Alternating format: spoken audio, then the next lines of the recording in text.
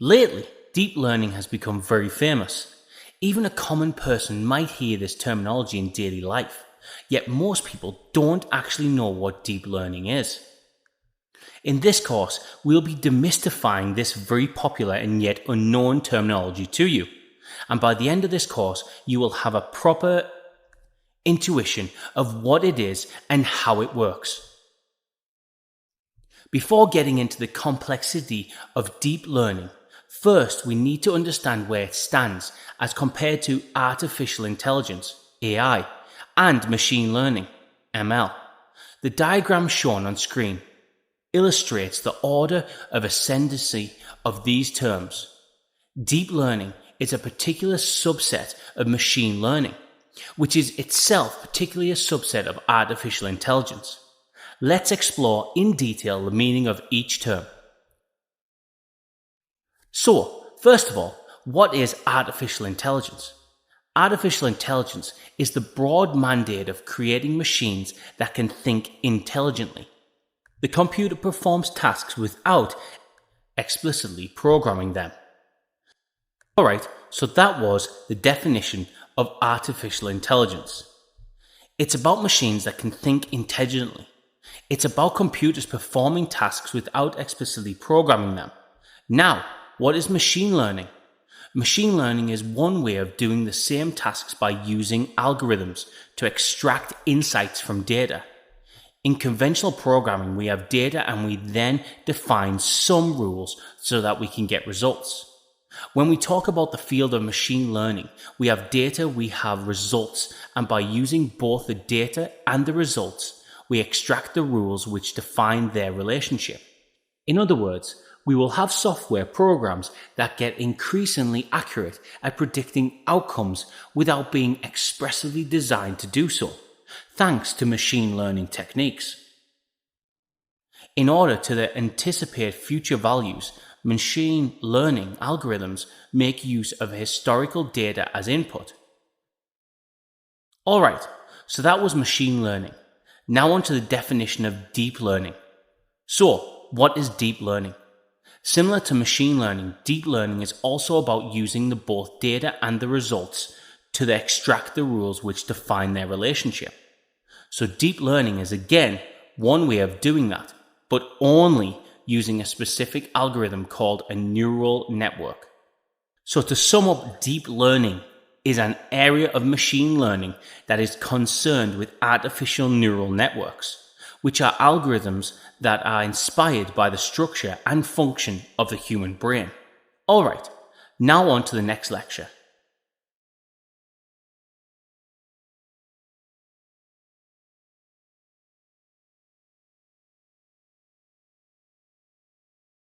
Why is deep learning important?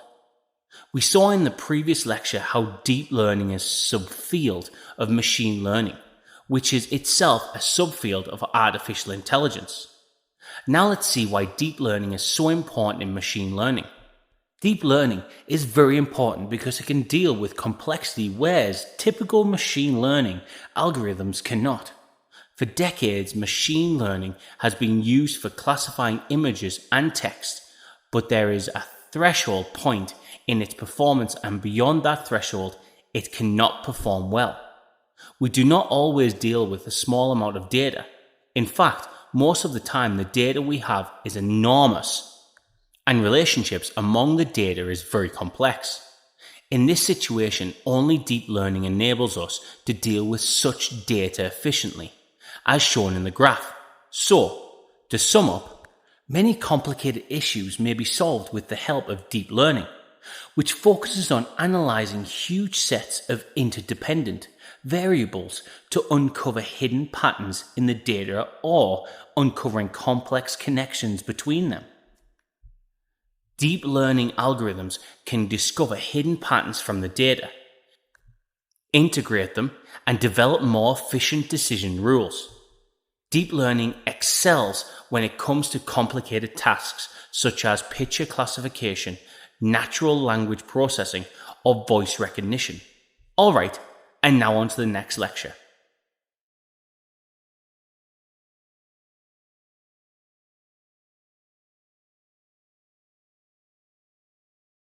Talking about the popularity of deep learning, most of the advances in practical application of deep learning have been driven by the availability of widespread, robust, open source software packages. With such rich sources already available, developers prefer to use them and contribute more to them. Lately, data science is moving towards Python, so most of these packages are developed mainly for the Python language. Some of the packages are Tensorflow, Caffe, Torch, Theno, and ConvNet.js. Alright, and now on to the next lecture.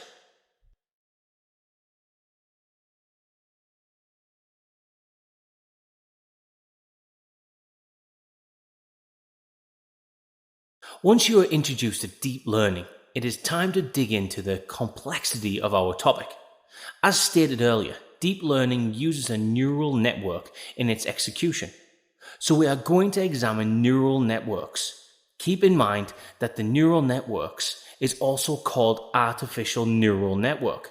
So basically, brain-inspired neural networks are simplified representations of the biological nervous system, consisting of a densely linked network comprising a large number of processing components known as neurons, with an architecture inspired by the human brain. An artificial neural network is a computational model that mimics the way nervous cells work in the human brain. Artificial neural networks are a vital element in all the models in deep learning.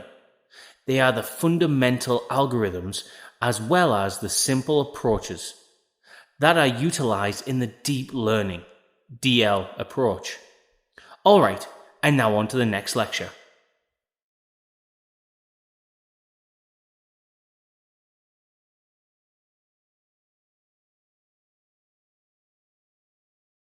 I assume most of you are familiar with the diagram of a neuron from your school time.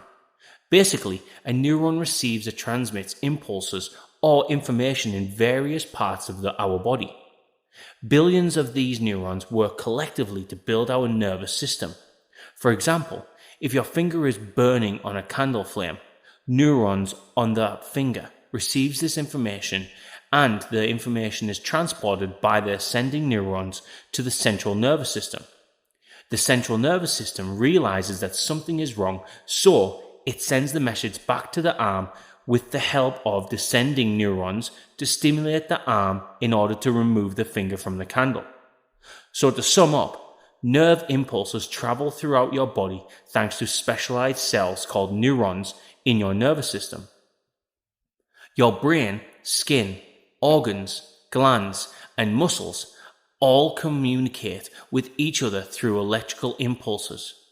Movement and feeling, like pain, are made possible by the signals. Hope this gives you a proper sense of how the nervous system works.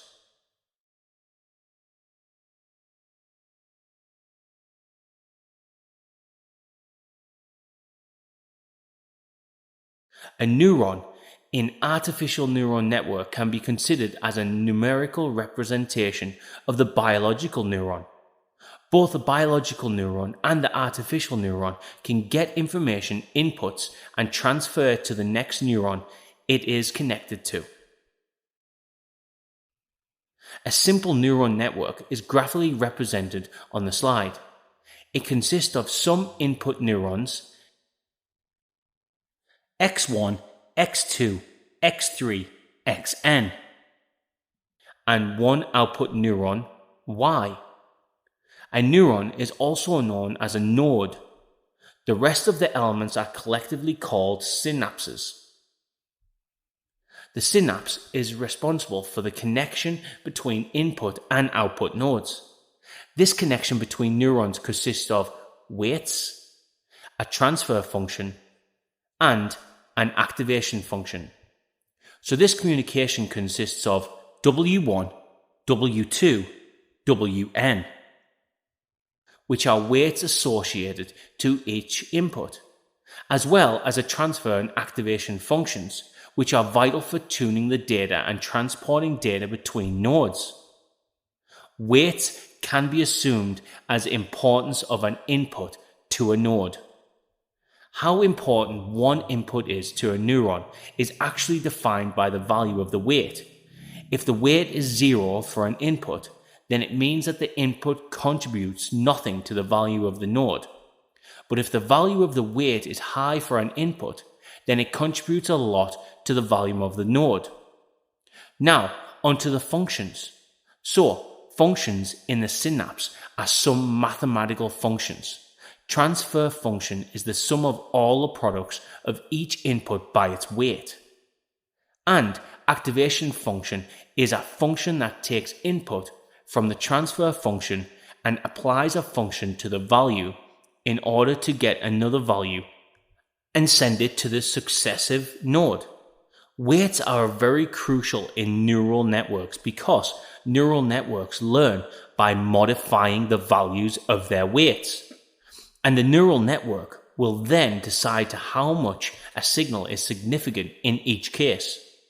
It is possible that all signals are passed, no signal is passed, a low amount of a signal is passed, a high amount of the signal is passed. This is all done by changing weights while algorithms learn. We are able to do so by using gradient descent, GD, and back propagation, BP. In the upcoming lectures, we will learn about the meaning of gradient descent, GD, and back propagation, PB, in detail. Alright, now on to the next lecture.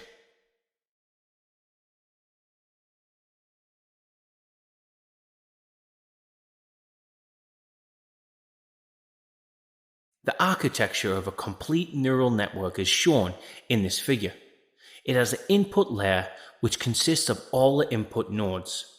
Next, it has a hidden layer which consists of all the nodes in between input and output layers.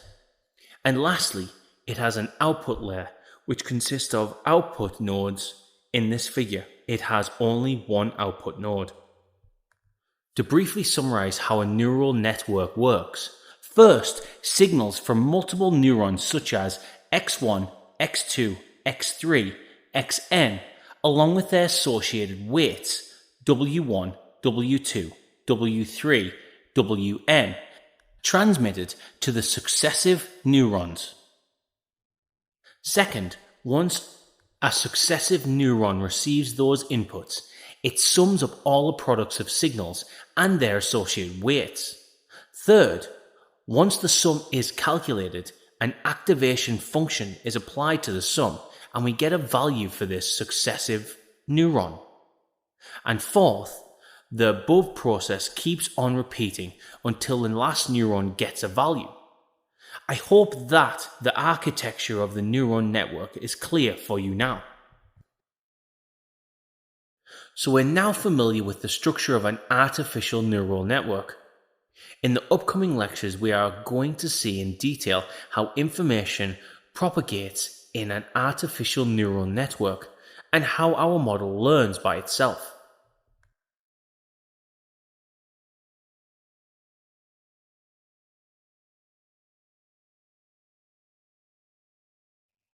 There are two important approaches to how a neural network propagates the signal of the input data. One is feed forward and the other is back propagation. Number one, the feed forward network, or FFN, is a network approach where the information moves in only one direction. It moves from input nodes through the hidden nodes, if present, and then to the output nodes. So, there is no other connection that moves the information in the opposite direction and forms cycles or loops in the network. Number two, whereas the back propagation network, or BPN, is opposite to the feed forward network. If we do not get the desired result as expected from the feed forward network, we move backward in the network to fine-tune weights so that we can get closer to the desired output for the same inputs. By doing so, our network learns and adjusts the value of the weights accordingly.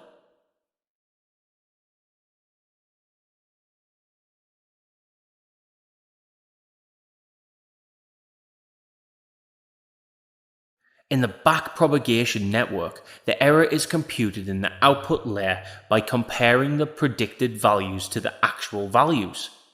Our objective is to decrease this error as much as we can.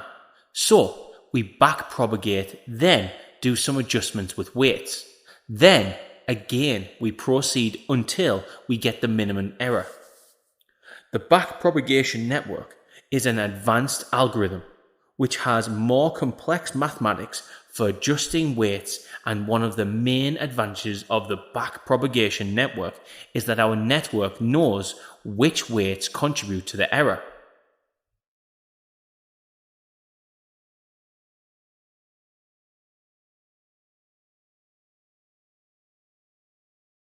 So here is a graph of the actual values and predicted values of our model.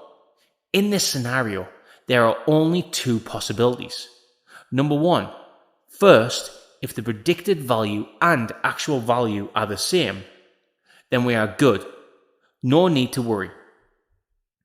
Number two, second, if the predicted value is different from the actual value, then we need to find the difference between the values. This difference is called the error or cost function. In order for our model to work accurately, we need to reduce this error.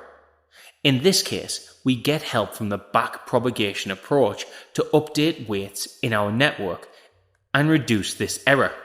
So, to sum up, let's keep in mind that backpropagation is an algorithm used to fine-tune mathematical weight functions and increase the accuracy of an artificial neural network's outputs. It is one of the most widely used algorithms in artificial intelligence.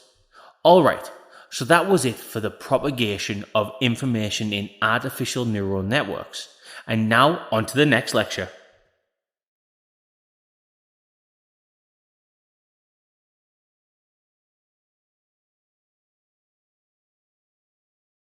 There are various architectures of neural networks, so let's go over the different types of neural network architectures to get an idea of what they really are. The simplest type is the single-layer perceptron model. In order to get from the single-layer neural network to the multi-layer neural network, we will first analyze the single-layer neural network. This is also referred to as a perceptron. When it comes to artificial neural networks, the perceptron is the most fundamental one. In a single-layer neural network, or perceptron, the neural network has only input and output layers without any hidden layers. Alright, that was it for the single-layer perceptron model. Next is the radial basis network model.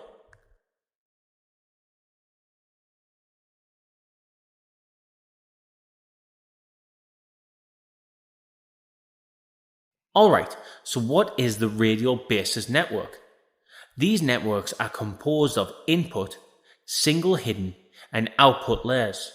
They are a feed-forward neural network which only uses the radial basis function as an activation function. What is an activation function? An activation function decides whether a neuron should be activated or not. And in the case of the radial basis network, a radial basis function, or RBF, is the activation function used. It assigns a real value to each input, and also the value produced by the radial basis function is always an absolute value.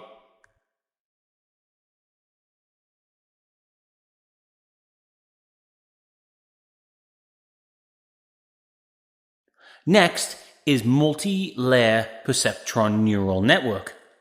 These networks consist of more than one hidden layer of neurons.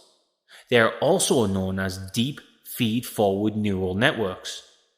So, to sum up, multi-layer perceptron neural networks are made of an input layer and output layer, and a number of hidden layers in between the two. Hidden layers are the real computational engine of multi-layer perceptron neural networks. Alright, so that was for the MLP. And now on to the recurrent neural network.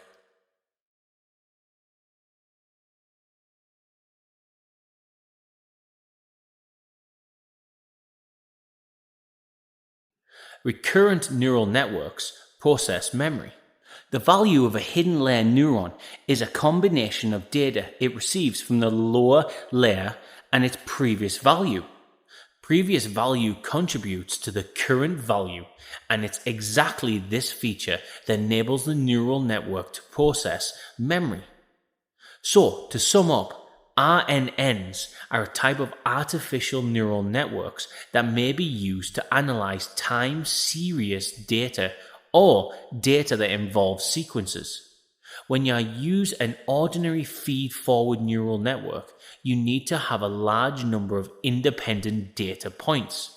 However, if the data is arranged in a way that each data point is dependent on the one before it, we will have to make changes to the neural network to account for these interdependencies. This memory lets RNNs keep the track of prior inputs so that they may create next a new output in the sequence.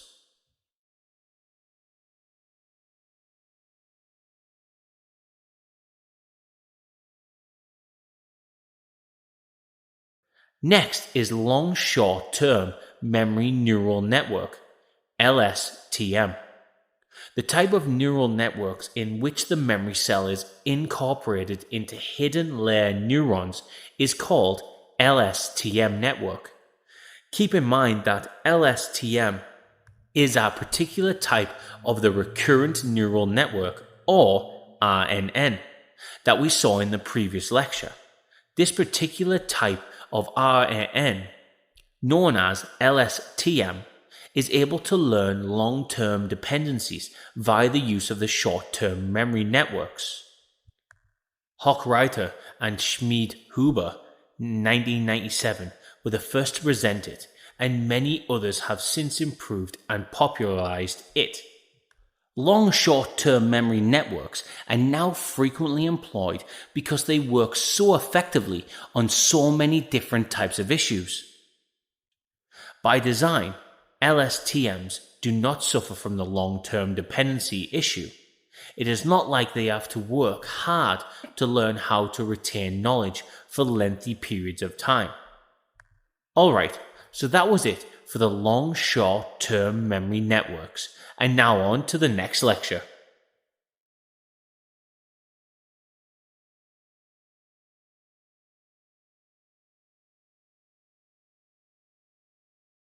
Okay, so next is the Hopfield network. Keep in mind, the Hopfield neural network is a special type of the recurrent neural network, or RNN, that we saw in the previous lectures. The Hopfield neural network is different from other neural networks. The number of neurons is the same as the number of inputs and outputs. That said, we then have the same number of inputs and outputs. So the Hopfield neural network is a fully interconnected network of neurons in which each neuron is connected to every other neuron. The network is trained with input patterns by setting a value of neurons equal to the value of the desired pattern. Then the weights are computed through deep learning algorithms. Alright, so that was it for the Hopfield network, and now on to the next lecture.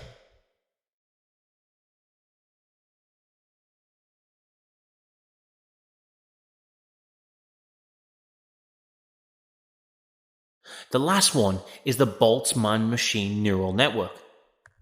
These networks are similar to the Hopfield network, except that some neurons are directly connected to inputs, while others are not associated to inputs directly. The weights are initialized randomly and learned through the backpropagation algorithm. Alright, so to sum up, Boltzmann machine neural network is also a type of recurrent neural networks. It is composed of nodes that make binary judgments and are predisposed to particular biases. Alright, So that was it for the Boltzmann's machine. And now on to the next lecture.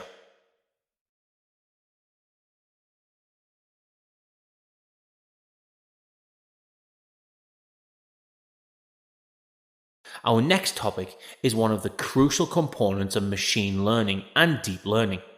It will be about activation functions. So what does an activation function do? It helps a neural network to learn complex patterns in the data. The activation function takes inputs from the output signal of previous neurons and converts them into some form that can be taken as input to the next neuron. So, it takes some input and applies some function on that input to get a result, and this result is transferred to the next neuron. The activation function is also known as a transfer function. Well, activation functions can be classified into linear activation functions and non-linear activation functions. A neural network with no activation function is linear in nature, like polynomial of 1 degree, or as a linear regression model. But keep in mind that linear functions have less power to learn complex functional mapping from data.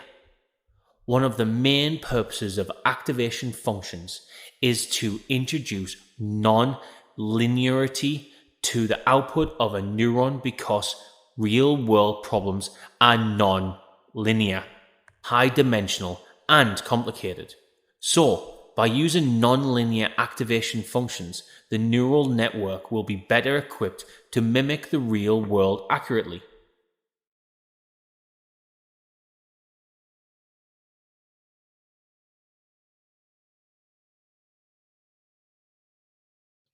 To understand the non-linear activation function, we need to know the following terminologies. Number 1, differential function. It represents the change in the y-axis with regard to the change in the x-axis. So it's basically the slope. Number 2, monotonic function. When a function is increasing on its entire domain or decreasing on its entire domain, we say that the function is strictly monotonic, and we call it monotonic function. Now, let's explore the activation function one by one.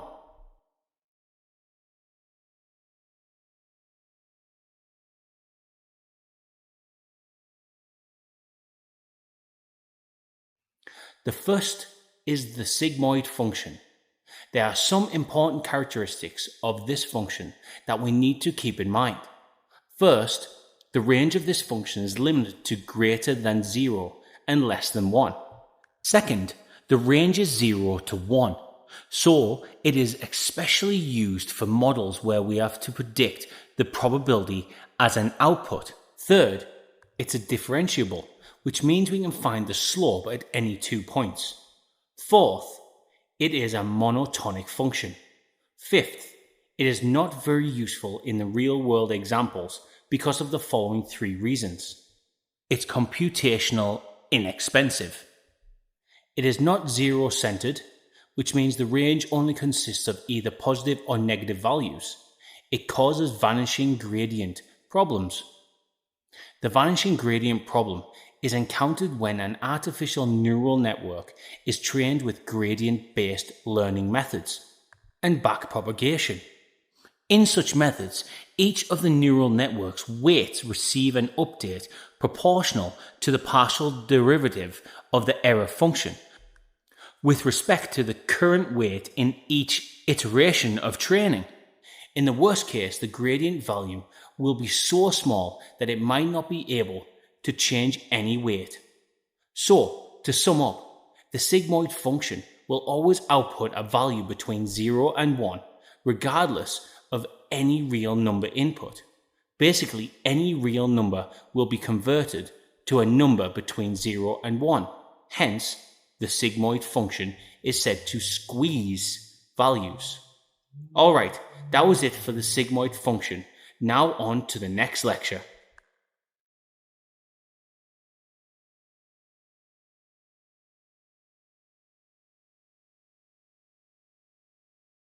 Next is the hyperbolic tangent function. It is considered to be a better version of the sigmoid function because it ranges from -1 to 1, whereas the sigmoid has a range from 0 to 1. Similarly to the sigmoid function, the hyperbolic tangent function is also a differentiable function and is also a monotonic function. Additionally, note that there are applications where the hyperbolic tangent function is advantageous since it falls below 0. For example, negative inputs are mapped strongly negative, and 0 inputs are mapped near 0 in the hyperbolic tangent graph. This is definitely an advantage since it maps the negative inputs extremely negative. That being said, the hyperbolic tangent function is mainly used for classification between two classes. The hyperbolic tangent function is used in feed-forward propagation in order to increase the difference between outputs.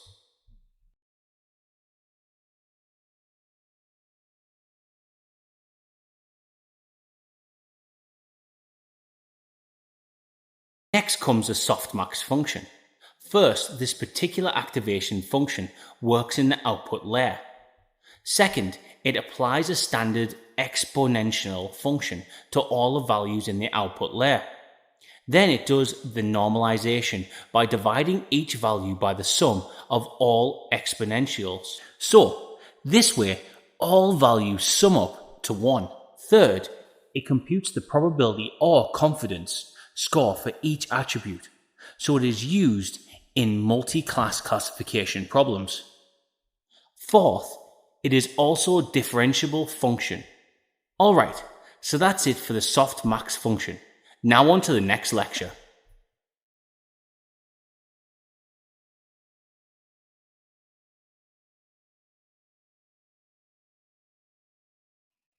The next one is the rectified linear unit, or ReLU function.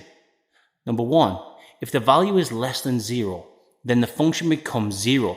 If the value is equal to 0 or greater than 0, the function becomes the number. Number 2, it is commonly used in convolutional neural networks, which we'll explore later in this course, as well as in deep learning approaches because it does not cause vanishing gradient problems. Number 3, it is also a differentiable function. Number 4, but it is not a monotonic function. Number 5, the range of this activation function is from 0 to infinity.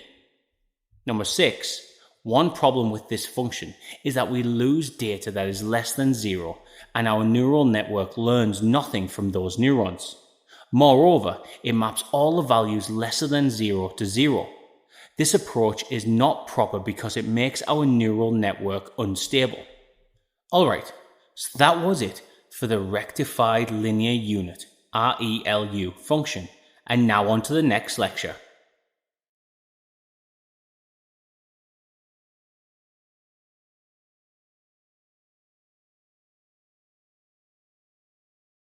The next activation function we are going to explore is the leaky version of a rectified linear unit function. Number 1, this is a modification of the ReLU function. It solves the negative impact of the rectified linear unit function. Number 2, usually the value for A in the diagram is around 0.01.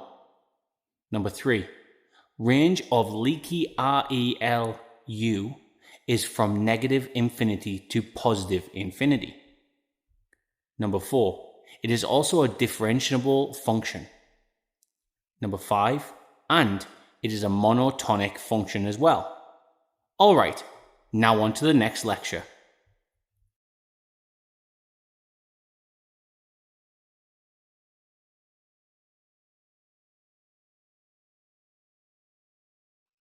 The most amazing characteristics of machine learning is that it can learn by itself. In the upcoming lectures, we are going to understand how a network adjusts its weights and learn by itself. Gradient descent is one of the most popular optimization. algorithms in machine learning and deep learning. In other words, it finds the values of a function's parameters, coefficients, that minimize a cost function as far as possible. You start by defining the initial parameters values, and from there, gradient descent uses calculus to iteratively adjust the values so that they minimize the given cost function. To see how gradient descent works, assume the graph is a cost function of our model. Blue dots imply different iterations, where different weights are adjusted on each iteration. We will get a different cost function on each point because it is changing weights after each iteration. It takes an initial value of the function and applies the formula shown on screen. B equals A minus gamma Laplace operator function over A. From the current position, we either move forward or backward, and the size of our step is instructed by the gamma Laplace of the function of A. We can also assume that the size of the step is defined by the value of the gradient, or slope. If the gradient is high, our step size is also large, and vice versa. After some steps, we will be able to reach the minimum value.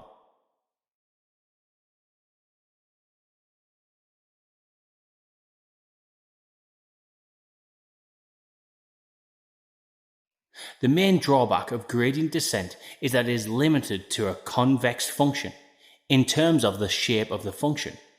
For a non-convex shape, as shown on screen, gradient descent is not going to produce the desired result. Because we have multiple minimal values, local minimal values, and in this case, gradient descent might not find the optimal minima, global minimum, from the shape. For this kind of situation, we mostly opt for the stochastic gradient descent optimization technique, SGD. As the name stochastic expresses, this technique has some randomness. In the stochastic gradient descent technique, we find out the gradient of the cost function of a single input at each iteration instead of the sum of the gradient of the cost function of all inputs. With the stochastic gradient descent, since only one sample from the data set is chosen at random for each iteration, the path taken by the algorithm to reach the minima is usually noisier than your typical gradient descent algorithm. But that doesn't really matter because the path taken by the algorithm does not matter, as long as we reach the minima and with a significantly shorter training time. Typically, stochastic gradient descent takes a random single value at a time. If the algorithm takes a subset of values rather than a single value, in this case, it is known as mini-batch gradient descent.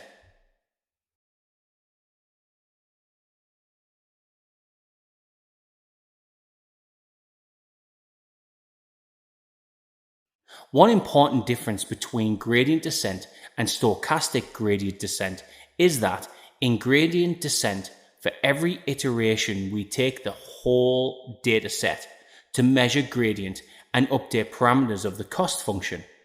While in stochastic gradient descent, unlike in gradient descent, we take a single value or a subset of values in an iteration to measure gradient and then to update the parameters of the cost function.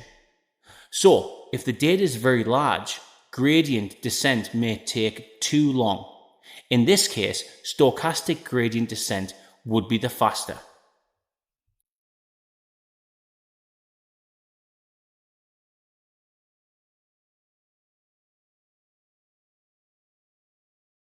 We have completed the theoretical part of deep learning. Now, before going to the implementation, let's review what we have learned so far. So let's do it. First and foremost, let's review how neural networks work. It consists of a number of simple but highly interconnected elements or nodes called neurons. Those neurons are organized in layers which process information using dynamic state responses to external inputs. The first layer is the input layer. The last layer is the output layer by default. Assume that we need to calculate the price of the house and we don't have a hidden layer. Let's say inputs are 1. The area, 2. The number of bedrooms, 3. The distance from the city, 4. The amenities available, 5. The age of the property, 6. Hospitals for kids, and 7. Schools for the kids. So the price will simply be the summation of the product of inputs and their weights respectively. This is an approach that is used in machine learning models. Now, what makes the deep learning approach better than the machine learning model is the addition of a hidden layer. It gives some flexibility and power to increase accuracy. Let's consider estimating the cost of the house for the same example with an artificial neural network. All input neurons are connected to all the neurons in the hidden layer. The neurons in the hidden layer won't have the same values as the ones in the input layer because, depending on the importance of the inputs, we will have different weights. So, depending on priorities of inputs, the weighting values change, and then the hidden layer changes accordingly. Now, each neuron in the hidden layer also has some priorities and weighting. Now, in order to improve the accuracy, it is necessary to increase the number of hidden layers for some significance or weighting, or for doing difficult calculations. It is similar to fine-tuning the network in order to get the best possible output. On your screen, you can see the detailed workflow of an artificial neural network. In step 1, each neuron in the input layer holds the value of each attribute from the data. In step 2, summation of the products of each of those values along with their respective weight is calculated. Then, this summation value is put to an activation function to map it to another value. In this example, the activation function is sigmoid. In step 4, output of the activation function is forwarded to the next neuron. And all of these 4 steps repeat until it reaches the output layer neurons.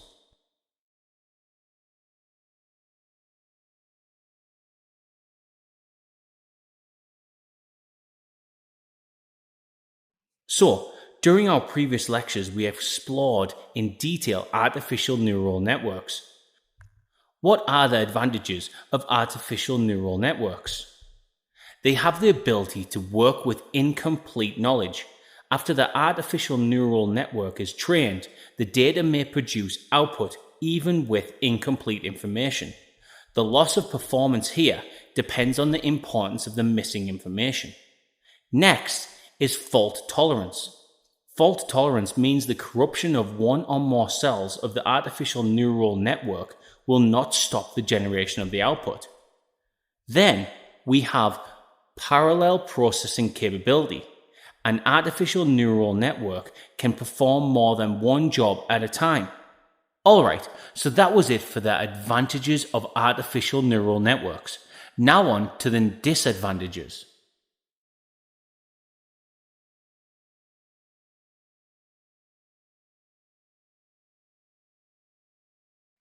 So, regarding the disadvantages of artificial neural networks, first is the hardware dependency. Artificial neural networks require processors with parallel processing power, in accordance with their structure. For this reason, the realization of the equipment is dependent. Next is the determination of proper network structure. There is no specific rule for determining the structure of artificial neural networks. Appropriate network structure is achieved through experience as well as through trial and error.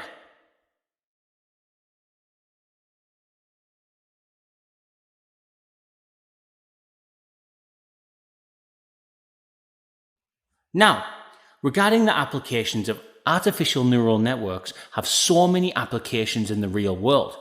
Some of the important ones are: number 1, handwritten recognition; number 2, image compression; number 3, stock exchange prediction. The idea of handwriting recognition has become very important. This is because handheld devices like pads, notebooks, tablets are becoming very popular. Hence, we can use neural networks to recognize handwritten characters. Now, regarding image compression. These days, vast amounts of information are received and processed at once by neural networks. This makes them useful in image compression. With the internet explosion and more sites using more image on their sites, using neural networks for image compression is worth a look. Another important application is the stock market. The day-to-day business of the stock market is very complicated. Many factors weigh in whether a given stock will go up or down on any given day. Thus, neural networks can examine a lot of information in a fast manner and sort it all out, so we can use them to predict stock prices. Alright everybody, quiz time. What do you think is the most appropriate definition of a back propagation amongst the options given in the slide? Ready with your answer. The answer is C, as we have learned in this course.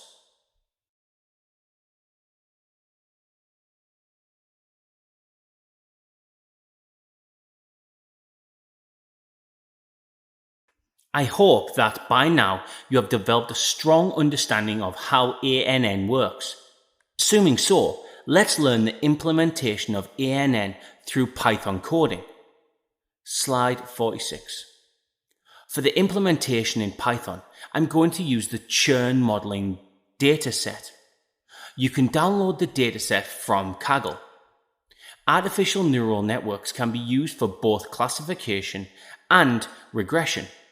And here we are going to use ANN for classification.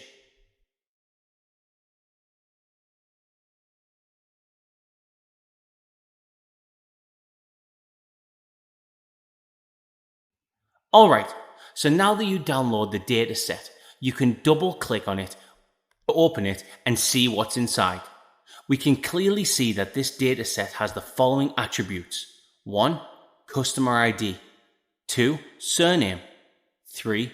Credit score; 4. Geography; 5. Gender; 6.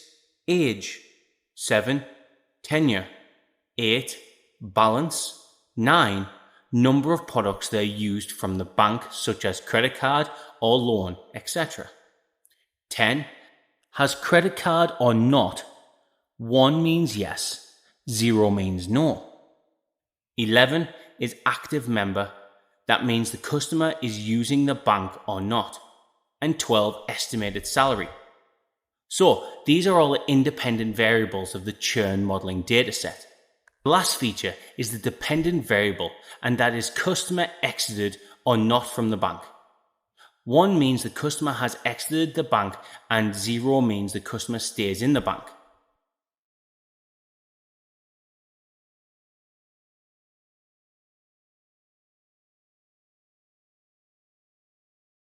The bank uses these independent variables and analyzes the behavior of customers to see whether they leave the bank or stay. Now the bank has to create a predictive model based on this data set in order to predict the behavior of new customers. This predictive model has to predict for any new customer whether he or she will stay in the bank or leave the bank, so that the bank can offer something special for the customer whom the predictive model predicts that they will leave the bank. I hope now you understood the problem statement.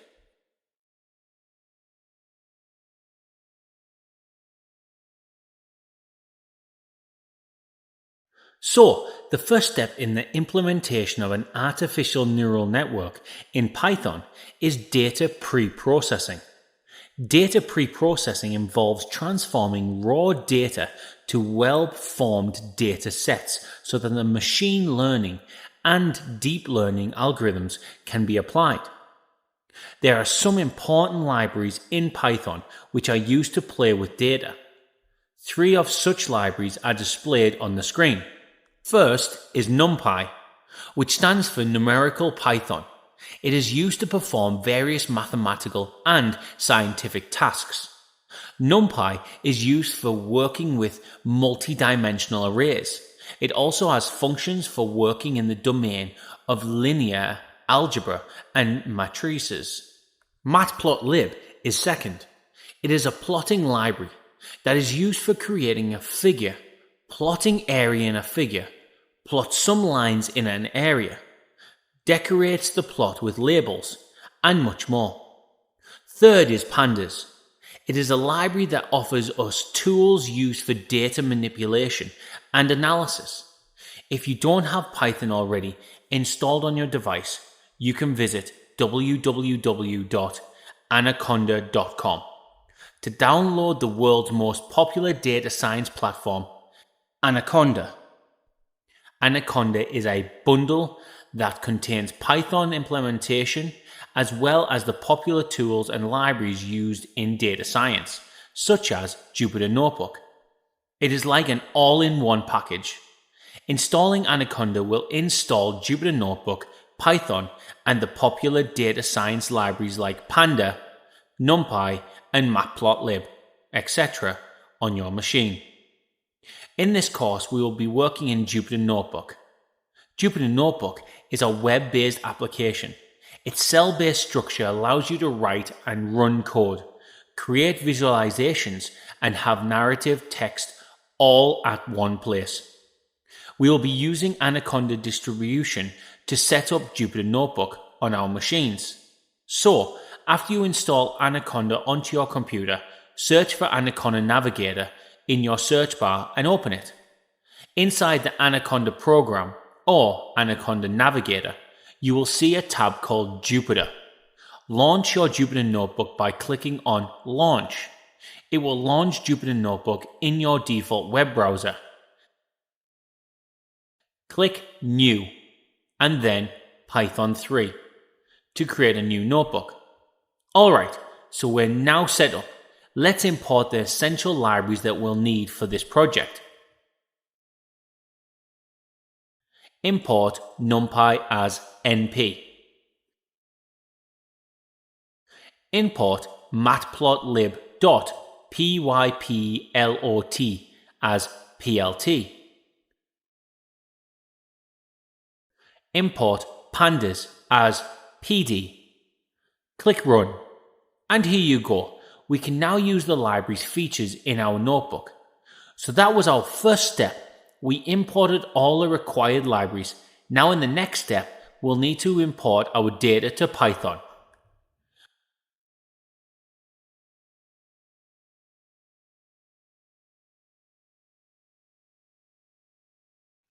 We import the dataset using a function called read_CSV from the pandas library.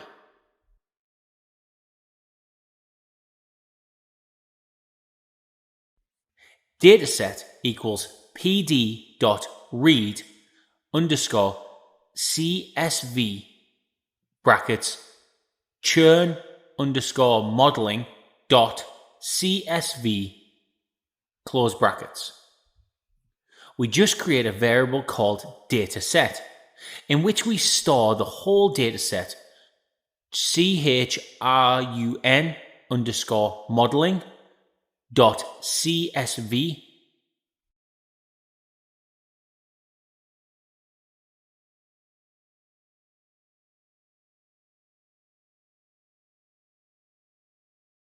You can see that in our dataset there are 13 independent variables and one dependent variable.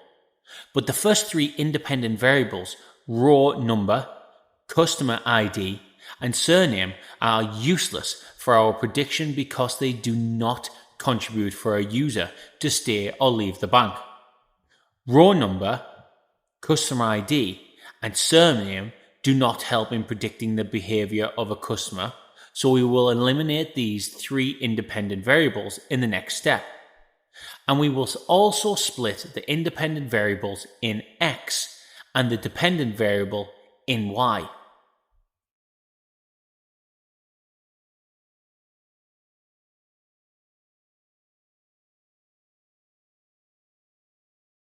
So, to split the dataset into independent and dependent variables, we need to write the following. X equals dataset dot iloc square brackets open colon comma 3 colon 13 close square brackets dot values. Y equals dataset dot iloc open square brackets colon comma 13 close square brackets dot values.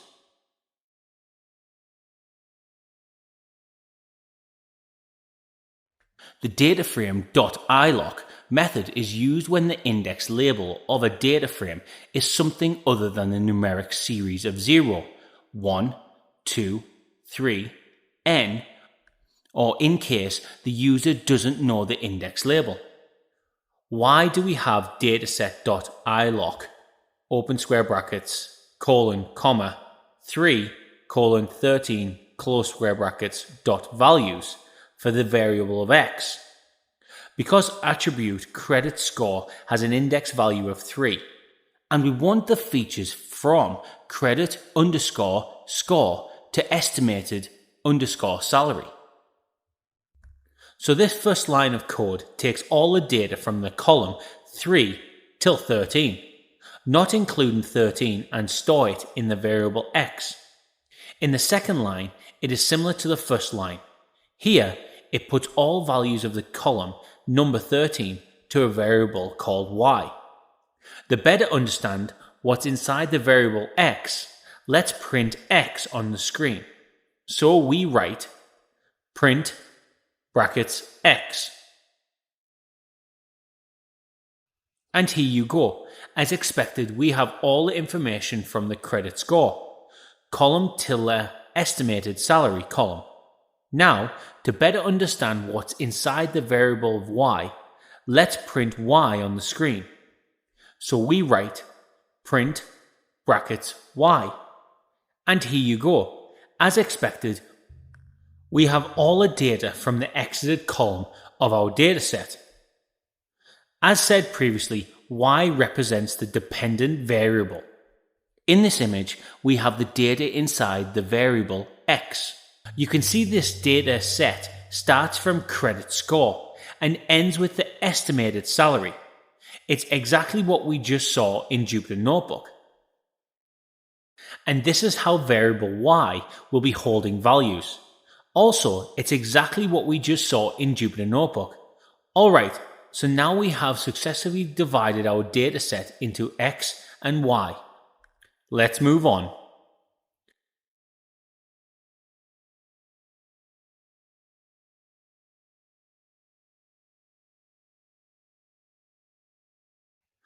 All of our input attributes are numerical values except geography and gender. So we need to somehow transform these values to numeric as well, in order for our algorithms to work properly. This process is called encoding. For instance, in case of gender, we can assign the label 0 to female and 1 to male. Such encoding is called label encoding.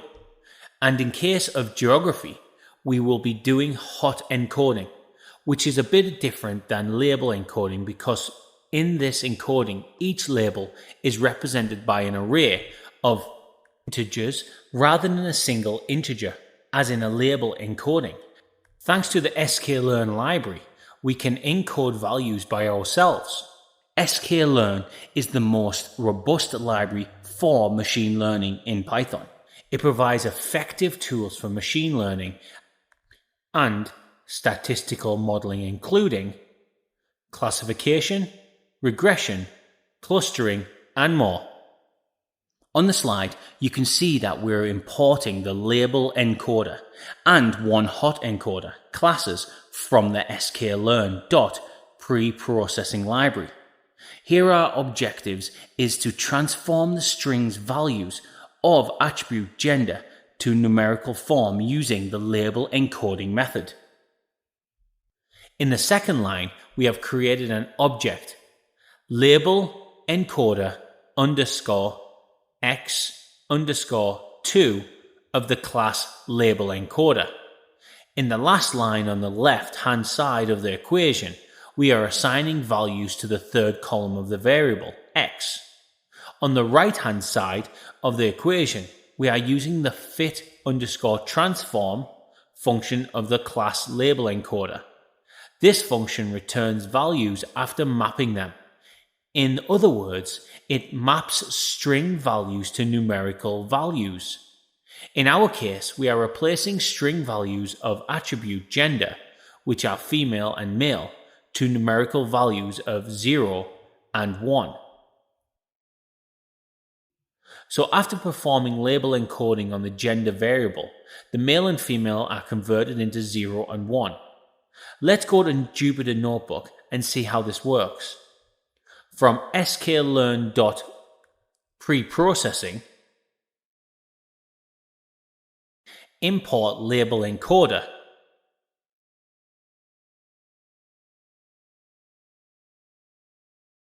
comma, one hot encoder,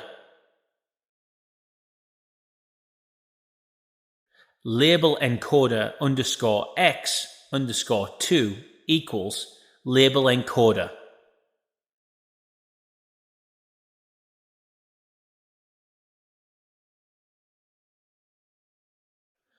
X open square brackets colon comma 2 close square brackets equals label encoder underscore x underscore 2 dot fit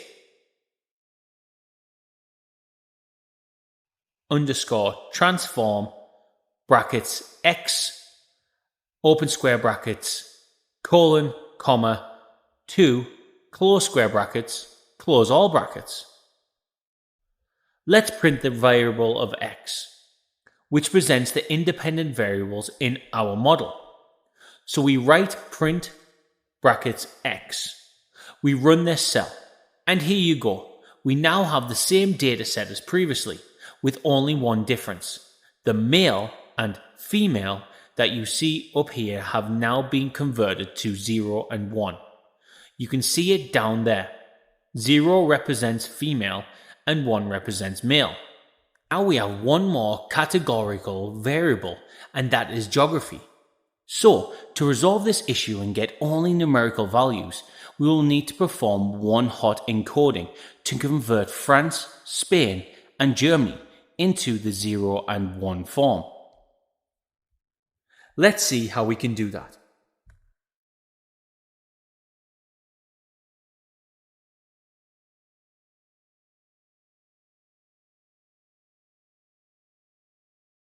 Alright, so now to implement one hot encoding, we'll need the help of the column transformer and one hot encoder libraries from sklearn. Let's move on to Jupyter Notebook to see how this works. First, let's import column transformer. We write from sklearn.compose import column transformer.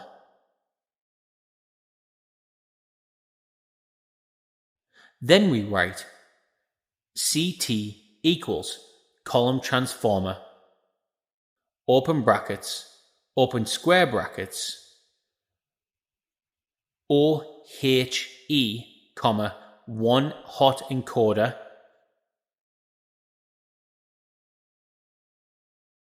close brackets square brackets 1 close square brackets close brackets close all square brackets.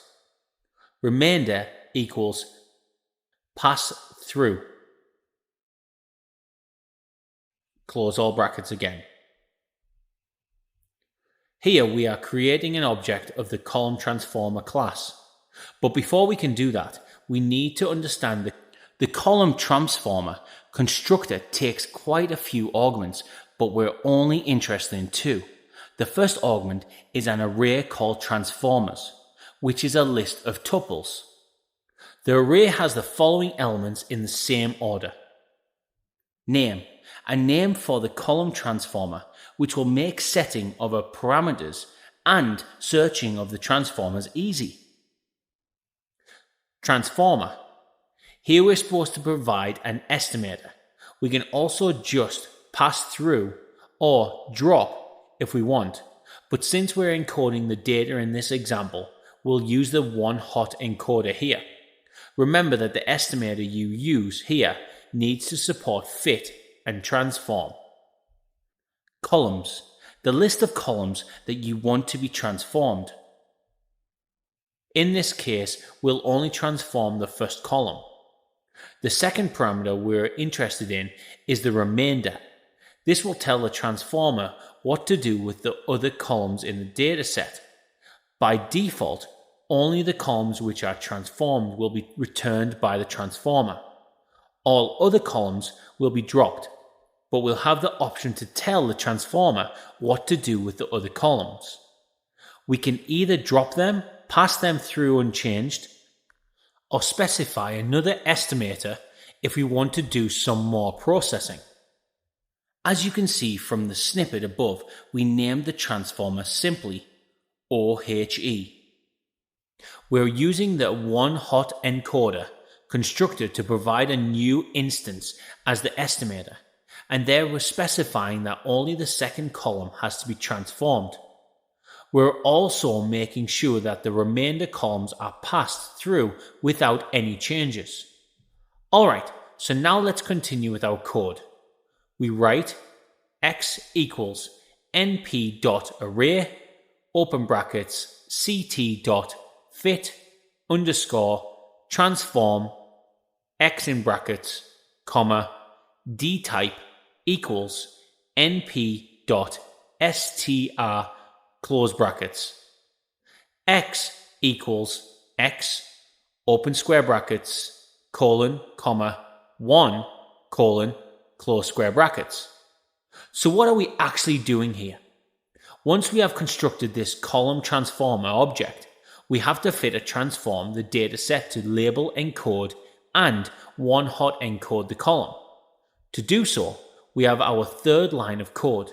It takes the dataset X and transform the values of the attribute geography to numerical using one-hot encoder. Moreover, this code takes all values from the transformed X dataset and convert it to an array. This array consists of lists of each row, and all of the values are converted to string using dtype equals np.str augment. In the last line, when we write x equals x open square brackets colon comma 1 colon close square brackets, we are ignoring the first index because the same information can be achieved from the index 1 and 2. For instance, values of index 1 and 2 are 0. Then it means the values we lost is 1. Because at a time, geography can have only one location in this way, we have managed to reduce one input neuron without any loss of any information. Now let's print x to see what we get. Let's run this code. So when you run this code, you will get an output like this. The first two columns together are hot encoded for geography. Let's explain the meaning of our output. So, when we see 0, 0, this means France. 0, 1 means Spain. And 1, 0 means Germany. I hope now it's clear how we can convert categorical data, geography in our case, into numerical data, which are combinations of zeros and ones. The next step is splitting the dataset into training and test set. Let's move on and see how we can do this.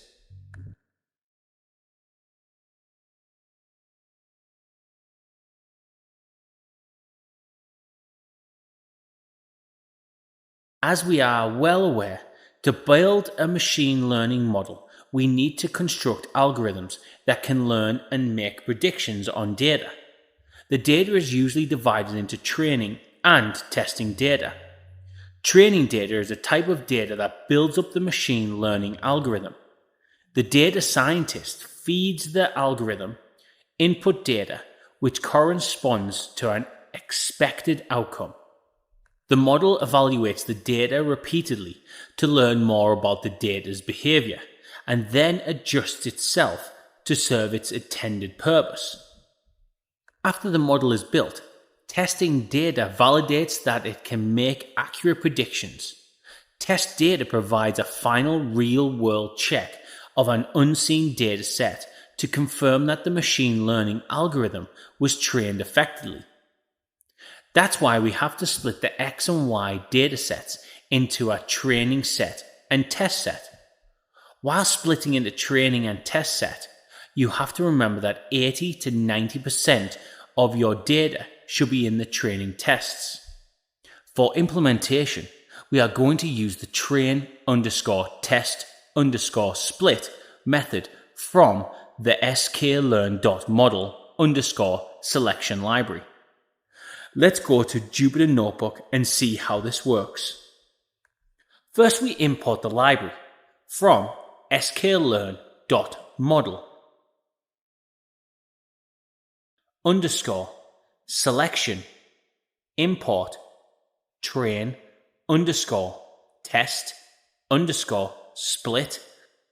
Then we write x_train, x_test, y_train, y_test equals train_test_split brackets x, y, test underscore size equals 0.2, random underscore state equals 0, close brackets.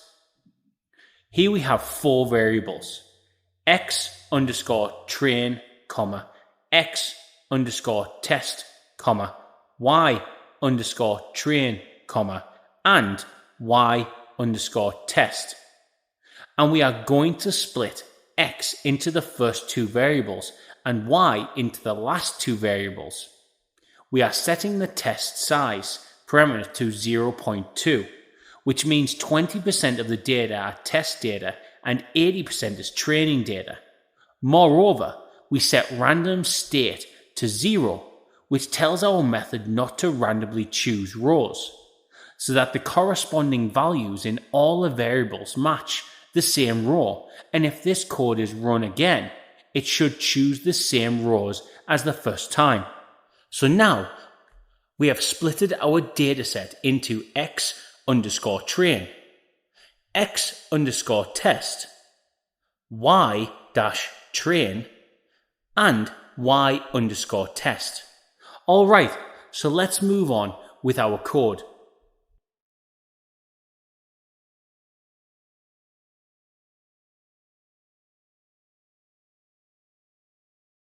So, the next step is feature scaling.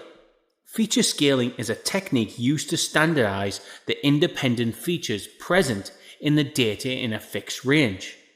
As you can see in the dataset, ranges of attributes are not fixed to a specific range. Some have 0 and 1. Some are 0 to 100. Some are 0 to 1 million. Those huge ranges require a lot of time for calculation. So, to overcome this problem, we perform feature scaling. One thing you need to be aware of is that it's better to always perform feature scaling in deep learning, no matter what range your values are in. So let's get started and see how we can do this in Python. So we write from sklearn.preprocessing import standard scaler.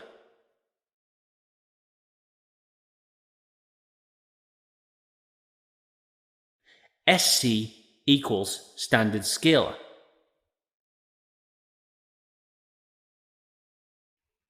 x underscore train equals sc.fit underscore transform brackets x underscore train close brackets x underscore test equals sc.transform brackets x underscore test close brackets. In Python, we use the standard scalar class of the sklearn dot pre-processing library. So first we have imported it. Then we have created an object of the imported class. sc equals standard scalar. In the third line of code, we are using the fit transform function as we did previously. This function takes x underscore train as input, then scale each value of x underscore train and returns an array back to the variable x underscore train. And similarly, we are scaling the values of the x underscore test variable. You might have noticed that we use fit underscore transform on the training set, and we only use transform on the test data. We do so because we learn the parameters of scaling on the training data, and at the same time, we scale the training data. Now for the test data. We use the scaling parameters learned on the training data to scale the test data. So, there is no need for the fit underscore transform for our test data. Slide 60. After performing feature scaling, all values are scaled to a feasible range. Let's confirm this in Jupyter Notebook. Import pandas as PD. Print brackets x underscore train close brackets. So here we get an array. To get a data frame, we have to write pd.dataframe brackets x underscore train close brackets. And here you go. As expected, as you can see in this output cell, all values have been scaled to a feasible range. Alright, and now on to the next lecture.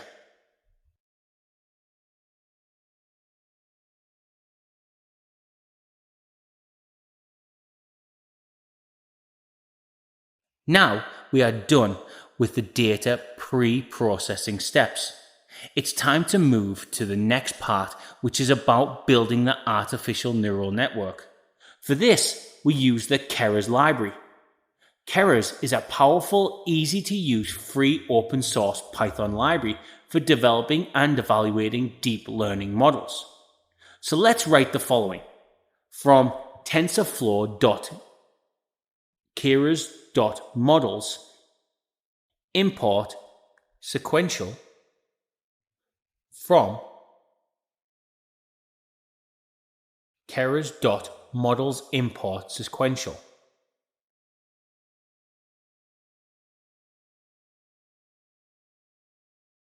From Keras.layers import dense classifier equals sequential. We are importing the sequential class from the Keras.model library and the dense class from the Keras.layers library. The sequential class allows us to build an artificial neural network but as a sequence of layers. As I told you in the theoretical part, artificial neural networks are built with fully connected layers. In order to implement an artificial neural network, we need to initialize our network. We start by creating an object of our sequential class. Classifier equals sequential represents that. By doing so, we have initialized our network as a variable named classifier. Alright, let's now move on to the next step.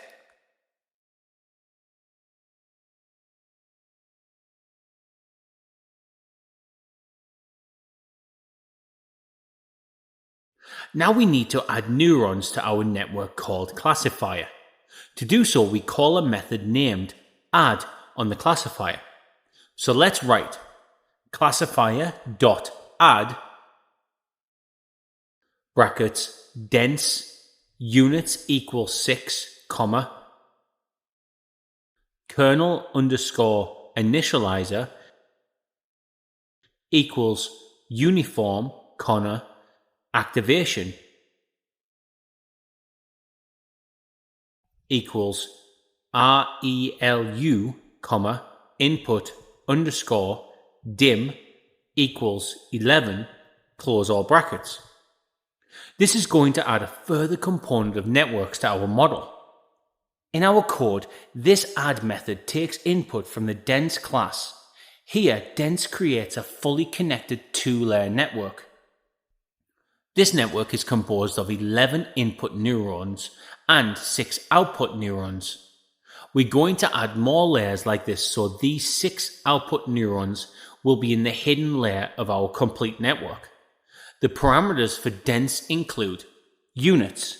It represents the number of last layer neurons for now. But there is no rule for thumb for taking 6 neurons. You can use any other number and check. The next parameter is kernel underscore initializer. The neural network needs to start with some weights and then iteratively update them to better values. The term kernel underscore initializer is a fancy term for which a statistical distribution or a function is used to initialize the weights. In case of a statistical distribution, the library will generate numbers from the statistical distribution and use them as starting weights. In our code, the value for this parameter is uniform.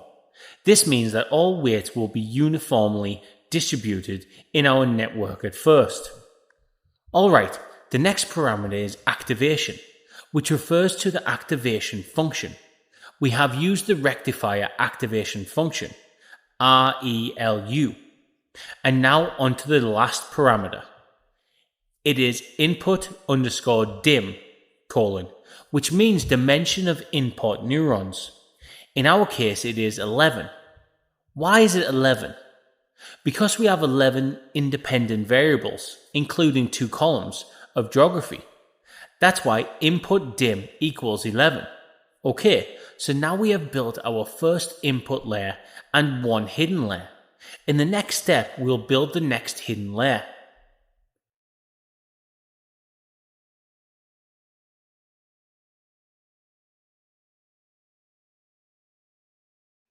Alright, so to add the second hidden layer, let's write classifier.add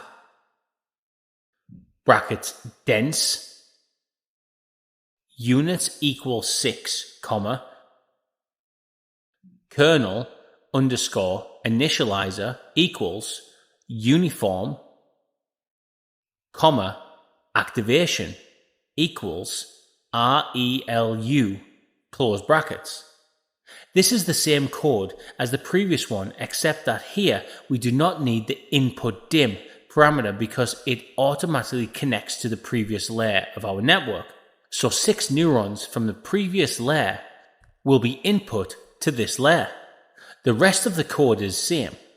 This new layer consists of 6 neurons again. Weights are initialized uniformly, and we are using the rectifier activation function again. Now we have added 1 input layer and 2 hidden layers. It's time to add our output layer. Let's see how we can do this.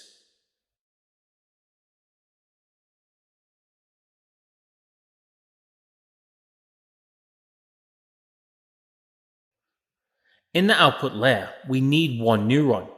Why do we just need 1 neuron? Because as you can see in the dataset, we have dependent variable in binary form. This means we have to predict in a 0 or 1 form. The customer will leave if it is 1 and stay if it is 0. That's why only 1 neuron is enough in the output layer. Okay, so to add the output layer, let's write classifier.add open brackets dense units equals 1, comma, kernel underscore initializer equals uniform, comma, activation equals sigmoid, close brackets. This line of code is similar to the previous one, but here the units parameter of a dense is 1 because we know that one neuron is enough to predict the output. It's either 0 or 1. Moreover, the activation function used here is the sigmoid activation function. Why? Because the sigmoid activation function provides the probability of a customer staying in the bank or leaving the bank. Alright, now on to the next lecture.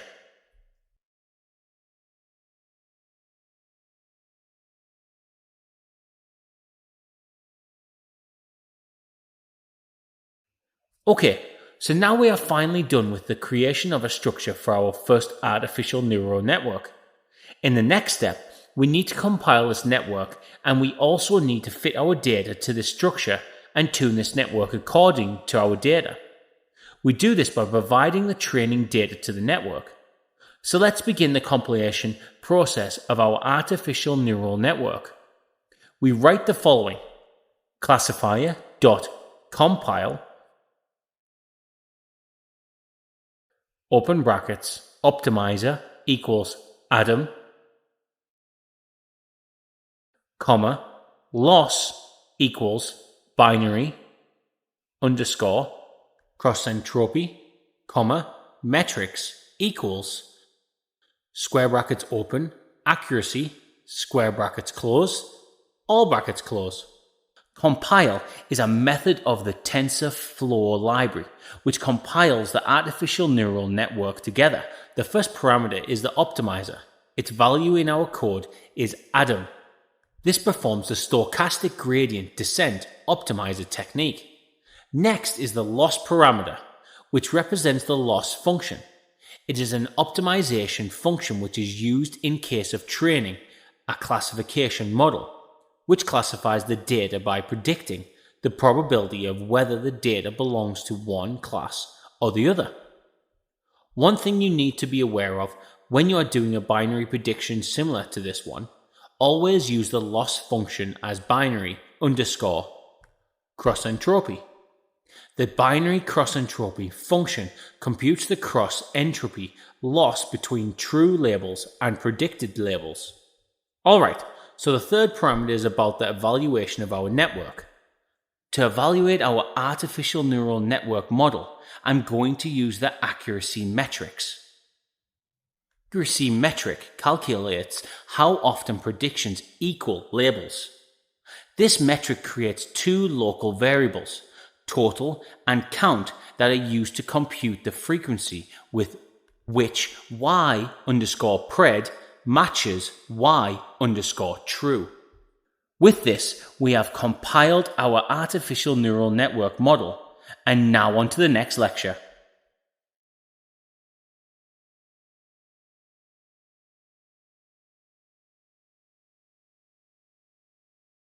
Our next objective is to fit our data set to our model. To do this, we use the fit method that takes 4 arguments. Let's do it in Python. So we write classifier.fit brackets x underscore train, comma, y underscore train, comma, batch underscore size equals 10, comma, epochs equals 100, close brackets. First, we have the values for the input neurons. In this case, it is x underscore train. The second argument is the values for output layer neurons. The third argument is the batch size. Instead of comparing our predictions with real results one by one, it's better to perform this task in a batch. So we assigned value 10 to batch size. So at a time it takes 10 rows. And the last argument is epochs. An epoch is defined as the number of times an algorithm visits the dataset. In other words, epoch is one backward and one forward pass of all the training examples. The neural network has to train on a certain number of epochs to improve the accuracy over time. So I decided that the epochs equal 100. And when you run this code, you can see the accuracy in each epoch. In the first few epochs, the accuracy scores are the following, which is around 80%, but after running all 100 epochs, the accuracy increases and we get the final accuracy, 85.44%. And this is quite good. Now we are done with the training part. The last but not least part is predicting the test set results. Let's see how we can do this.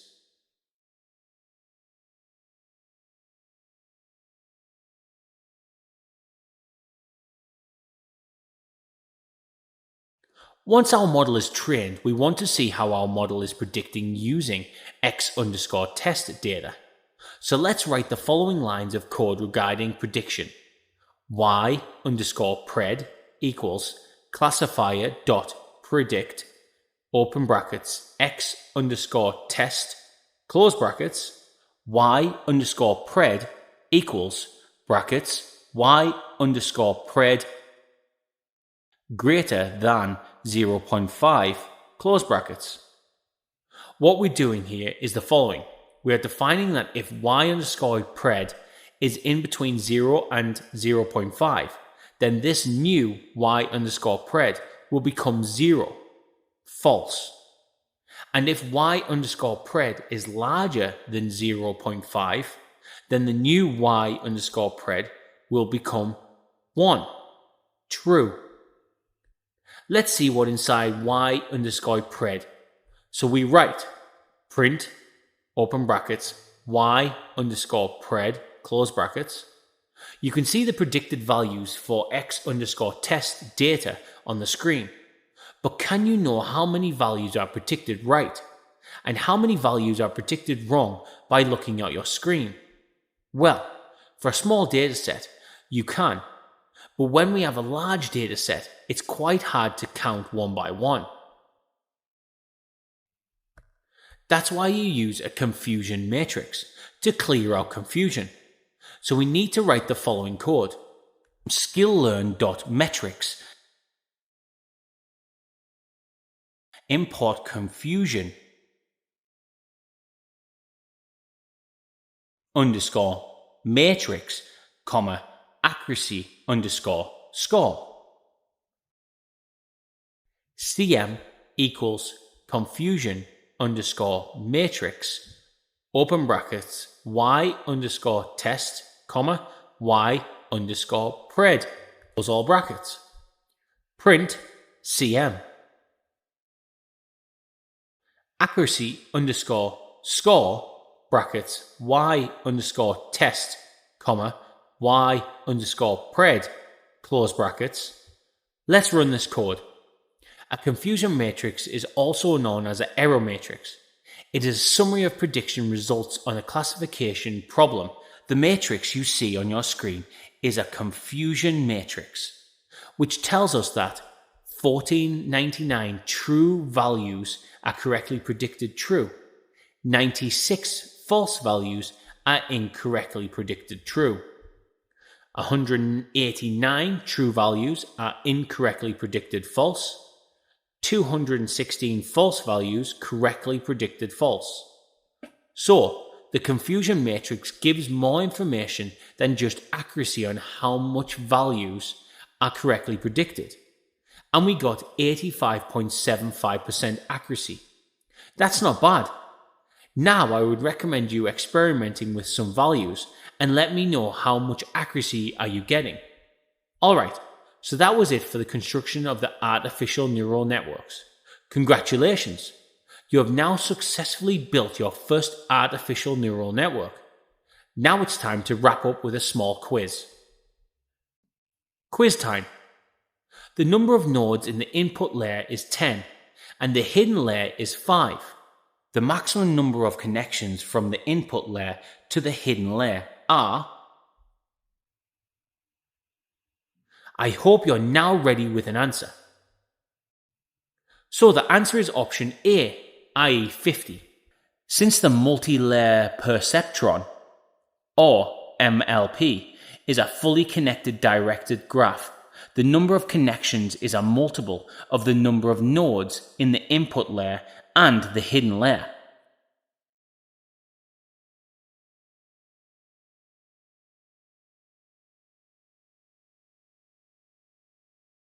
In the past few decades, deep learning has proved to be a very powerful tool because of its ability to handle large amounts of data.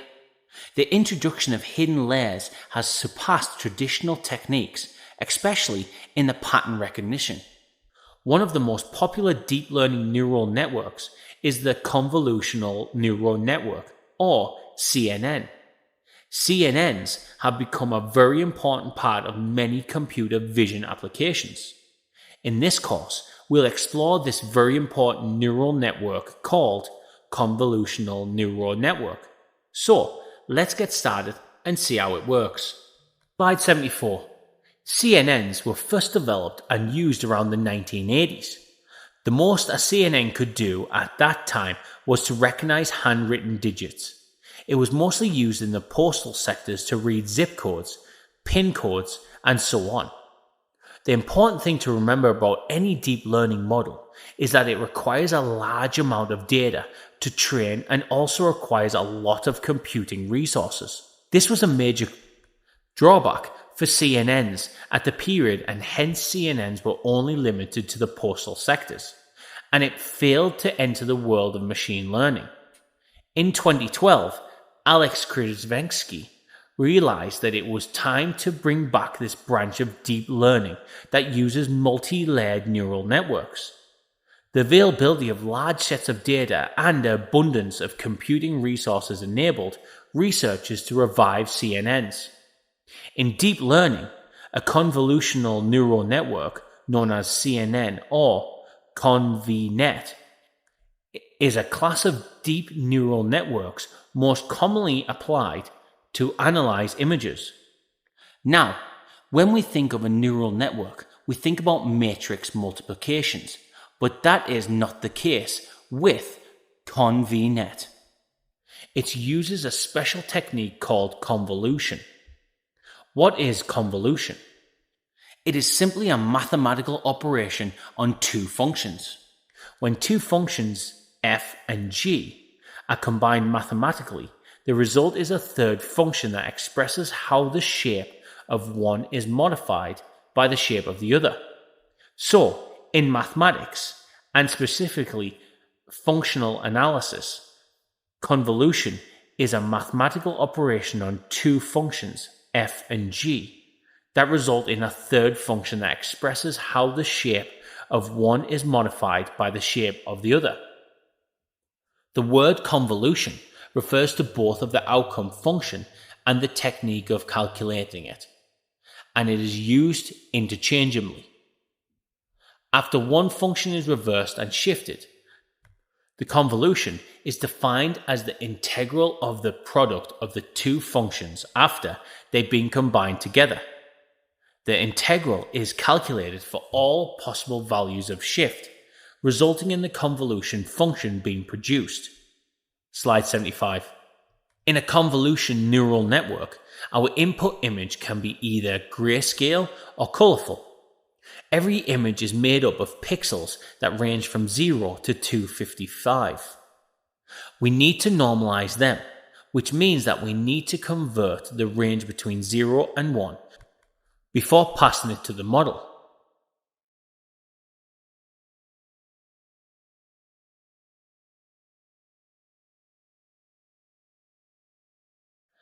Let's now explore the components of the convolutional neural networks in detail. Slide 77. The CNN model works in two steps: feature extraction and classification. Slide 78. Feature extraction is a phase where various filters and layers are applied to the image to extract the information and the features out of it. And once it's done, it is passed on to the next phase, which is classification. During classification, the information and the features are classified based on the target variable of the problem. A typical CNN model looks like this: input layer, convolution layer plus, activation function, pooling layer, fully connected layer.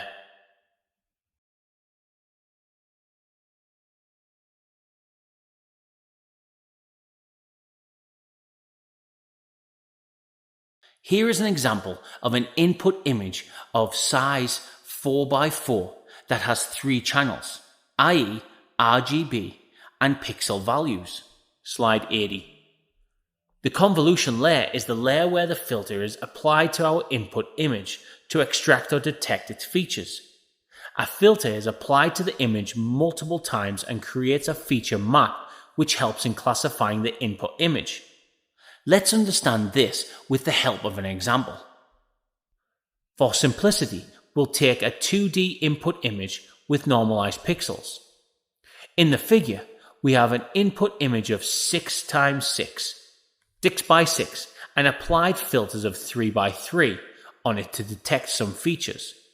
In this example, we have applied only one filter, but in practice, many such filters are applied to extract information from the image. Slide 81. The result of applying the filter to the image is that we get a feature map of 4 by 4, which has some information about the input image. Many such feature maps are generated in practical applications.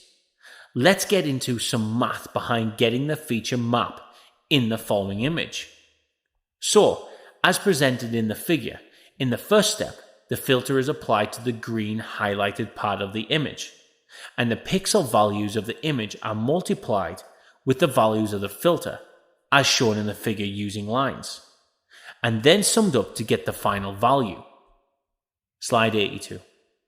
In the next step, the filter is shifted by one column as shown in the image. This jump to the next column or row is known as stride, and in this example, we are taking a stride of 1, which means we are shifting by one column. At 83. Similarly, the filter passes over the entire image, and we get our final feature map. Once we get the feature map, an activation function is applied to it to introduce non-linearity. I hope you remember that an activation function in a neural network defines how the weighted sum of the input is transformed into an output from a node or nodes in a layer of the network. A point to note here is that the feature map we get is smaller than the size of our image, because when the center of our filter sits on a value to change, other values of the filter must also sit on some values. In our case, the center of the filter cannot sit on the outermost values of our image, so we have lost a layer from each side. If our filter is 5 by 5, then we will lose 2 outermost layers from all sides. So as we increase the value of stride, the size of the feature's map decreases.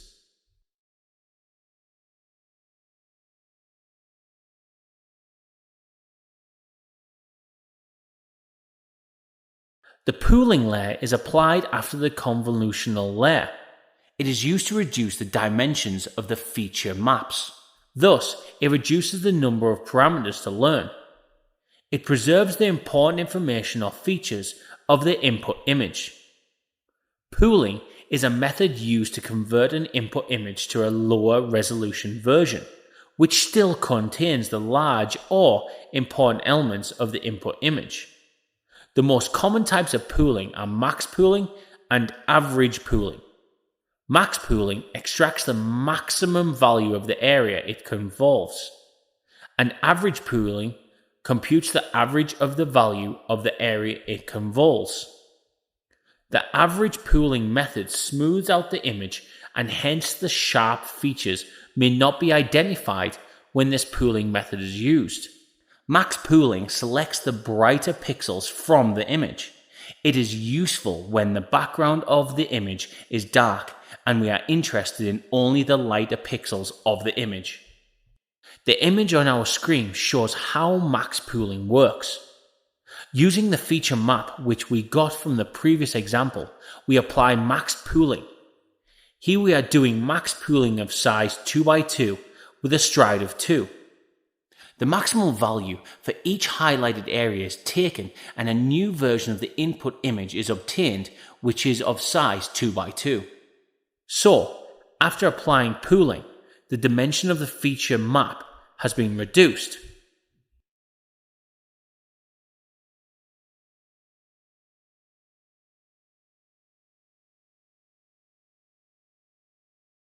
Alright, so till now we have performed the feature extraction steps. Convolution plus pooling combinedly extract different features from an image. For example, the edges of a shape in an image can be detected.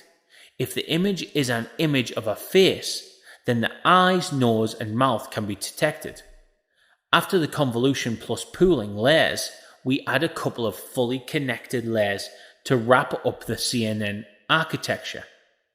This is the same fully connected ANN architecture we talked about in the previous part of artificial neural networks. Remember that the output of both convolution and pooling layers are two-dimensional, but a fully connected layer expects 1D vector of numbers. So, we flatten the output of the final pooling layer to a vector, and that becomes the input to the fully connected layer. Flattening is simply arranging the 2D numbers into a 1D vector. Nothing fancy happens here.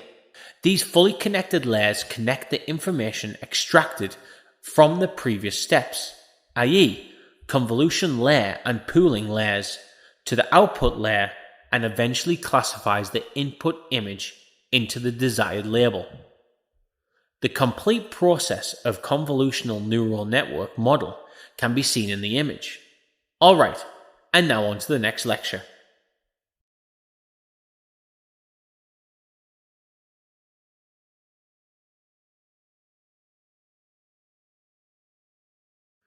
Alright, so now we understood the theory that powers convolutional neural networks. Let's dive into the implementation part of CNN. Let's see how we can implement all of this in Python. Slide 87. We are going to use the MNIST handwritten digit data, which contains the image of handwritten digits. Slide 88. We know a few things about the dataset. The images are all pre-aligned. Each image only contains hand-drawn digit. And we also know that the images all have the same square size of 28 by 28 pixels, and that the image are grayscale.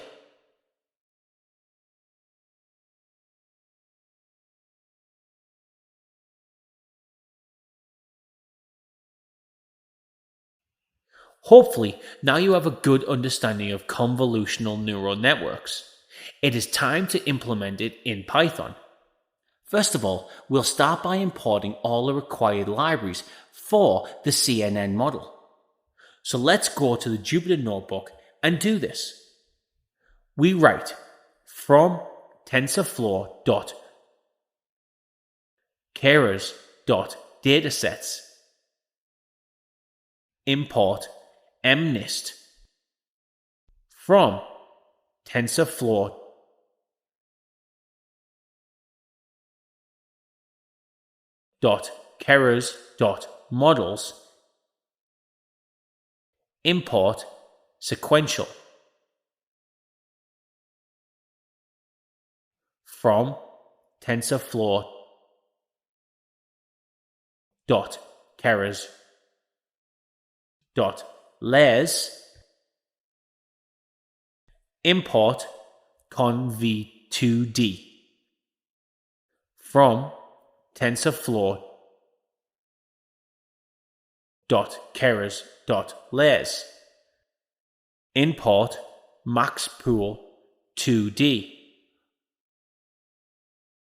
from Tensorflow.Keras.layers import flatten from Tensorflow.Keras.layers import dropout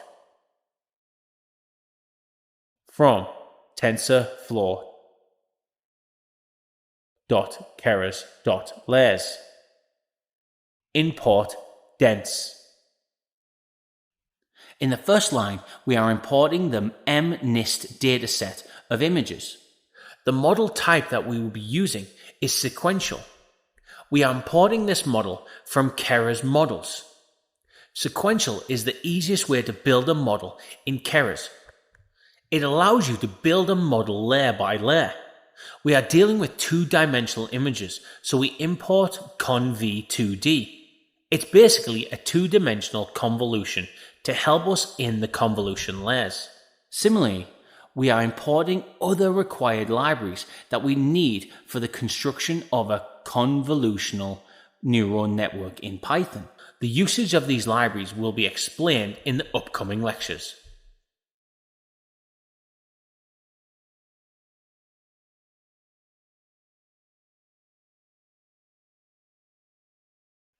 The MNIST dataset is conventionally provided to us as part of the Keras library, so we can easily load the dataset. Let's see how we can do this. So we write, here we are loading the data. Brackets x underscore train, comma, y underscore train, comma, brackets x underscore test, comma, y underscore test equals mnist.load underscore data brackets. Here we are reshaping the data.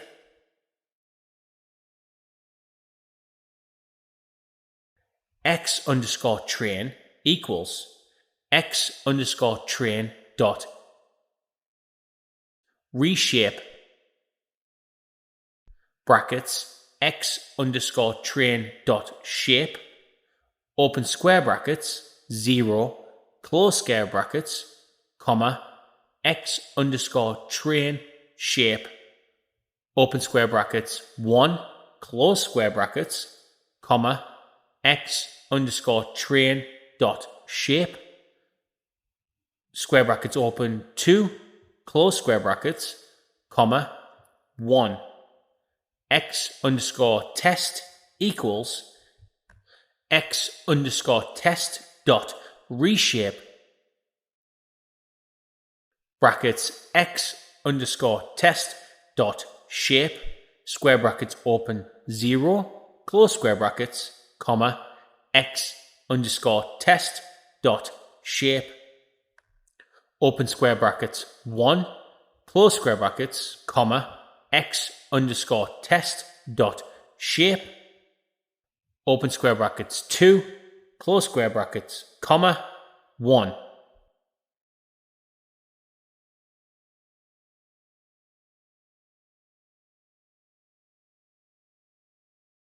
Here we are checking the shape after reshaping.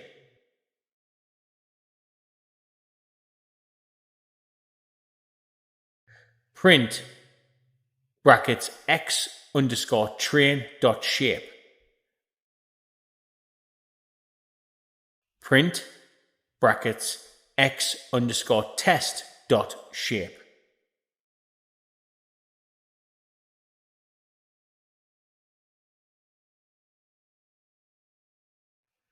And here we are normalizing the pixel values. X underscore train equals X underscore train divided by 255. X underscore test equals X underscore test divided by 255. Let's run this cell.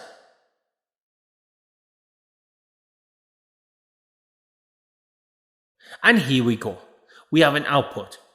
Out of the 70,000 images provided in the data set, 60,000 are given for training and 10,000 are given for testing. When we load the data set, X underscore train and X underscore test will contain the images, and Y underscore train and Y underscore test will contain the digits that those images represent. Our next objective is to reshape the size of the images. We know all images are grayscale, and have the same size of 28 by 28 pixels. But in most real-life problems, we do not get the same property from the images, so it is better to resize all images to a specific size and color. We do so by using the reshape method, which takes 4 arguments. The first argument is for the number of images. The second is the number of pixels in a column of image. The third is the number of pixels in a row. And the fourth is argument represents the color. For x_train, in our case, the first argument is gonna be 60,000. Because we know it already, the second and third are gonna be 28 because the size of all images is 28 by 28. And in the last argument, 1 indicates grayscale. The same goes for x_test. The only difference is that the first argument would be 1,000. In order to check the shape, we wrote print brackets x_train.shape. Print brackets x_test.shape. And we got our output. We know that the pixel values for each image in the dataset are unsigned integers in the range between black and white, or 0 to 255. We do not know the best way to scale a pixel values for modeling, but we know that some scaling will be required. A good starting point is normalize the pixel values of grayscale images. Example, rescale them to the range 0 to 1. This involves first converting the data type from unsigned integers to floats, then dividing the pixels values by the maximum value, 255. Let's see how we can do this in Python. Our data is ready and now is the time to define a baseline, convolutional neural network model for the problem. We do so by this first line of code. Model equals sequential. The model has 2 main aspects: the feature extraction, which consists of convolutional and pooling layers, and the classifier fully connected layers that will make a prediction. Next, we are adding a convolutional layer. We write model.add brackets conv2d brackets 32 comma brackets 3 comma 3 comma activation equals RELU comma input underscore shape equals brackets 28 comma 28 comma 1 close brackets. Here we are specifying 32 filters with size of 3 by 3. We are using the rectified linear unit activation function in our layer. Moreover, the input image has a size of 28 by 28, and they are grayscale. Next, we need to apply the max pooling layer. Let's do this. So, we write model.add brackets maxpool 2d brackets 2 comma 2 close brackets. The size of max pooling is 2 by 2, which means it will take the maximum value from the 2 by 2 matrix of pixels. Let's carry on with our code. So we write adding fully connected layers as a side note.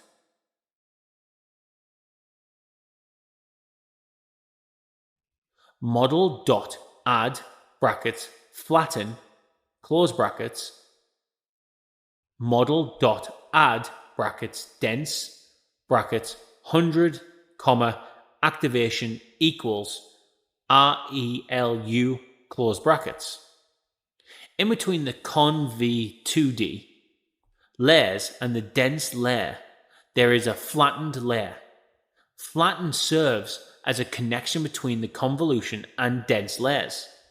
Dense is the layer type we will use for our output layer. Dense is a standard layer type that is used in many cases for neural networks. The flatten method arranges the pixel values from 2D images to 1D array. We are adding a dense layer of 100 neurons in our output layer using the rectified linear unit activation function. Alright, so let's carry on with our code. We write adding output layer as a side note.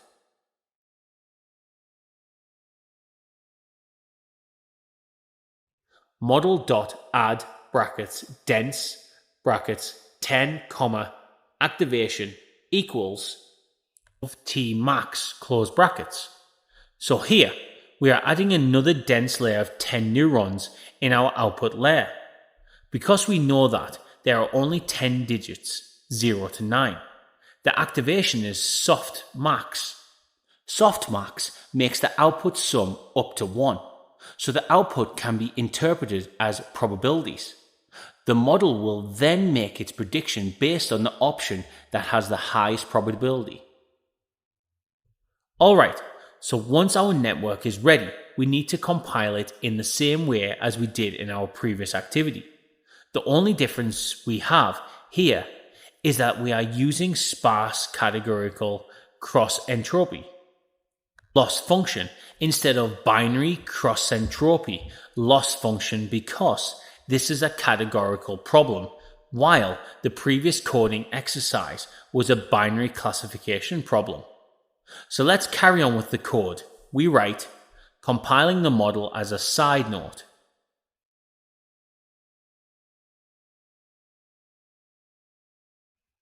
Model.compile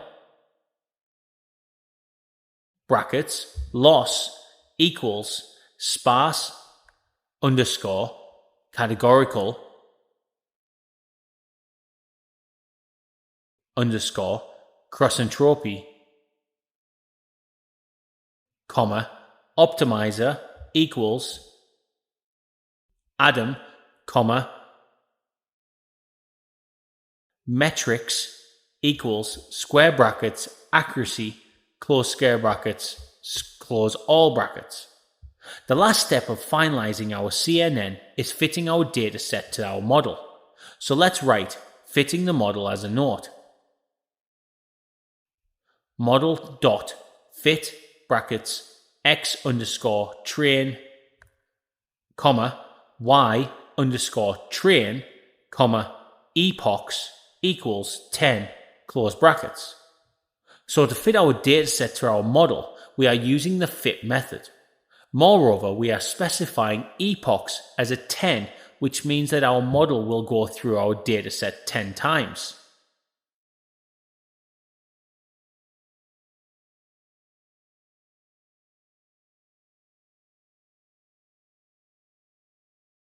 Let's run this code and see what we get. We'll wait till our model is trained and all the epochs are completed. And ta-da! Our CNN is now trained. It is now the time to evaluate our model. So we write evaluating the model as a note. Then model.evaluate brackets x underscore test comma y underscore test close brackets.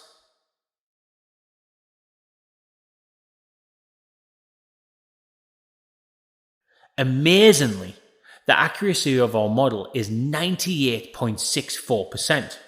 Congratulations! You have now built your first CNN model.